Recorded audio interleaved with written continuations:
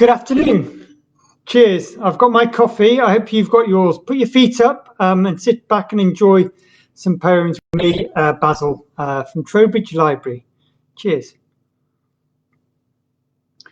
So it's now July, lovely and sunny and warm outside when it's not raining. I thought I'd do some nice nature poems, some summery nature poems to read with you this afternoon. Please tell us how you like it. And send us any messages that you want. And if you have any requests, please tell us, and we can always do them at another time as well. So I've been browsing the shelves just behind me, the poetry shelves in the library, and come up with a lot of favourites I'm sure you'll enjoy. This first one, The Lake Isle of Innisfree by W.B. Yeats. I know it's a favourite because I've done it before and people respond really well. I will arise now and go to Innisfree, and a small cabin build there of clay and wattles made. 9 bean rows will I have there, a hive for the honey bee, and live alone in the bee-loud glade. And I shall have some peace there, for peace comes dropping slow, dropping from the vales of the morning to where the cricket sings. There midnight's all a glimmer, and noon a purple glow, and evening full of the linnet's wings. I will arise now, for always night and day I hear the lake water lapping with low sounds by the shore, while I stand on the roadway or on the pavements grey, I hear it in the deep heart's core. The Lake Isle of Innisfree by W.B. Yeats. I think it's a place we'd all like to go. I certainly would. Another favourite favourite poem of mine is one that I know a lot of people, like Katie, my colleague here, loves it as well. It's a poem about a small village in Gloucestershire called Addlestrop, and the station's still there, but the trains no longer run through. There is a poem, however, on the wall of the station there. It's by Edward Thomas, and it's called Addlestrop. Picture yourself on a hot summery day on a steam train chugging along, going somewhere on your journey, and you stop suddenly. And this is what it might be like. Addlestrop. Yes, I remember Addlestrop, the name, because one afternoon of heat, the express train drew up there unwontedly. It was late June. The steam hissed. Someone cleared his throat, and no one left, and no one came. On the bare platform, what I saw was Addlestrop, the name. And willows, willow herb and grass, and meadowsweet, and haycocks dry, no whit less still and lonely fair than the high cloudlets in the sky. And for that minute, a blackbird sang close by, and around him, mistier, further and further, all the birds of Oxfordshire and Gloucestershire. You can almost hear the birds singing, can't you? Addlestrop by Edward Thomas. A very favourite one, that. Now, we're still getting lots of new poetry books in, and I don't think I'd seen this one before. It's a great one. It's called A Nature Poem for Every Night of the Year. Now, I know it's not night time, but it is for every night of the year. Every day has got a poem. And I'm going to start with another one by Edward Thomas. And this one's called The Brook. It's actually the poem suggestion is for the day, the 2nd of July, which is only last week. So we're pretty close. And it's called The Brook by Edward Thomas. The Brook. Seated once by a brook, watching a child chiefly that paddled, I was thus beguiled. Mellow the blackbird sang, and sharp the thrush not far off in the oak and hazel brush unseen. There was a scent like honeycomb from mugworts dull, and down upon the dome of the stone the cart horse kicks against so oft, a butterfly alighted. From aloft he took the heat of the sun, and from below on the hot stone he perched contented so, as if never a cart would pass again that way, as if I were the last of men, and he the first of insects to have earth and sun together, and to know their worth. I was divided between him and the gleam, the motion and the voices of the stream, the waters running frizzled over the gravel that never vanish and forever travel. A grey flycatcher silent on a fence, and I sat as if we had been there since the horseman, and the horse lying beneath the fur-covered barrow on the heath. The horseman and the horse with silver shoes galloped the downs at last. All that I could lose I lost. And then the child's voice raised the dead. "No one's been here before," was what she said, and what I felt, yet never should have found a word for, while I gathered sight and sound. That's The Brook by Edward Thomas, from this lovely book, A Nature Poem for Every Night of the Year. I'll put it back on the shelf when I finish today, so you can borrow it when you come in if you wish.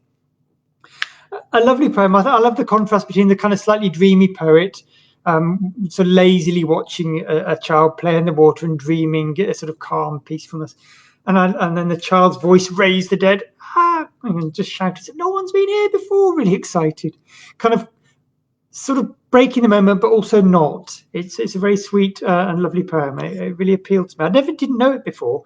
When I was browsing through this book a few days ago, I thought, oh, that's a nice one. And then I thought I'd also do today's poem. Okay, so today is the 6th of July. Today's poem in this book, The Nature Poem for Every Night of the Year, is by Rudyard Kipling, and it's called The Way Through the Woods. Also a little bit sort of nightimey rather than daytimey, but maybe you can enjoy it or imagine yourself in the evening thinking about it later. So Rudyard Kipling, The Way Through the Woods. They shut the road through the woods 70 years ago. Weather and rain have undone it again, and now you would never know there was once a road through the woods before they planted the trees. It is underneath the coppice and heath and the thin anemones only the keeper sees, that when the ring-dove broods and the badgers roll at ease, there was once a road through the woods. Yet, if you enter the woods of a summer evening late, when the night air cools on the trout-ringed pools, where the otter whistles his mate, they fear not men in the woods, for they see so few. You will hear the beat of a horse's feet and the swish of a skirt in the dew, steadily cantering through the misty solitudes, as though they perfectly knew the old lost road through the woods. But there is no road through the woods. Or is there? The Way Through the Woods by Rudyard Kipling, from this beautiful book. Okay, I hope you liked that one as well. Now I'm going to have another swig out of my coffee. I'm having coffee. I'm not having Pimm's till this evening when it's sunny. Okay, cheers. Now I have a few go-to books. One of my go-to books is the nation's favourite poem.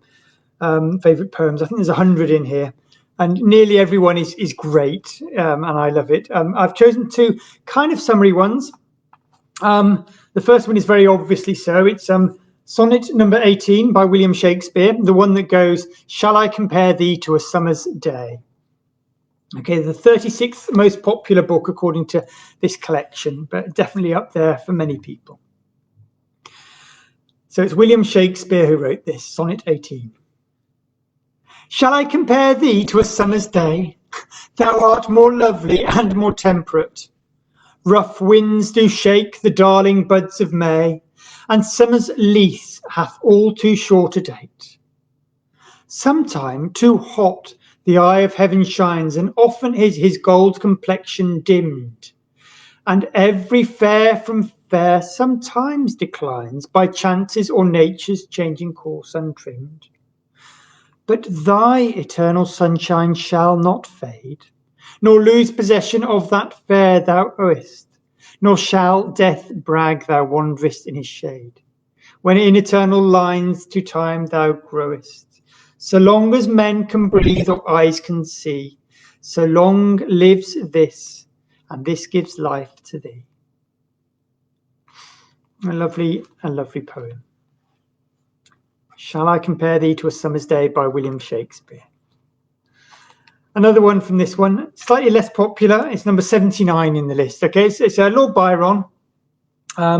She walks in beauty. Less of a nature one, this one, more of a beauty one, but it kind of links in from the last one, I think.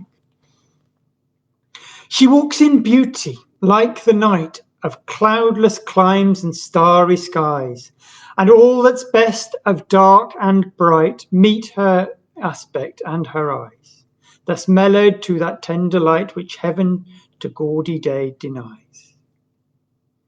One shade the more, one ray the less, had half impaired the nameless grace which waves in every raven tress, or softly lightens o'er her face, where thoughts serenely sweet express how pure, how dear their dwelling place. And on that cheek, and o'er that brow, so soft, so calm, yet eloquent, the smile that wins, the tints that glow, but tell of days in goodness spent, a mind at peace with all below, a heart whose love is innocent.